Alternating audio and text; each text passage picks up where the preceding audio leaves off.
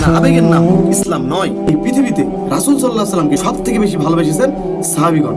তারা কখনো ঈদে মিলাদুন্নবী উদযাপন করেননি। ওয়াকুল্লু মুহদাসাতিন বিদআহ, দিনের ভিতরে নতুন আবিষ্কৃত জিনিসই বেদাত। ওয়াকুল্লু বেদাতিন দলালা, আর প্রতিটা বেদাতকারী পথভ্রষ্ট।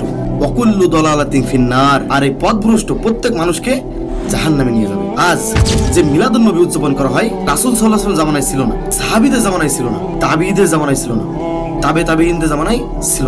রাসূল সাল্লাল্লাহু আলাইহি ওয়াসাল্লাম মরার 600 বছর পরে এটা আবিষ্কার হয়েছে। তাই আপনি রাসূল সাল্লাল্লাহু আলাইহি ওয়াসাল্লামকে ভালোবাসতে গিয়ে নতুন করে একটা বেদাত চালু করে দিলেন। কি বলেন? সকল ঈদের বড় ঈদ ঈদে মিলাদুন্নবী।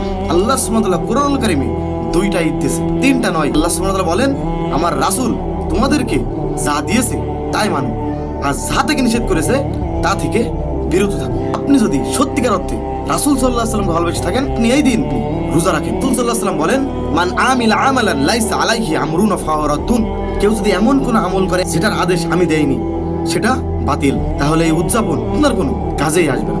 আর আপনি কি করলেন? দিনের মধ্যে নতুন একটা বেদাত আবিষ্কার করে দিলেন।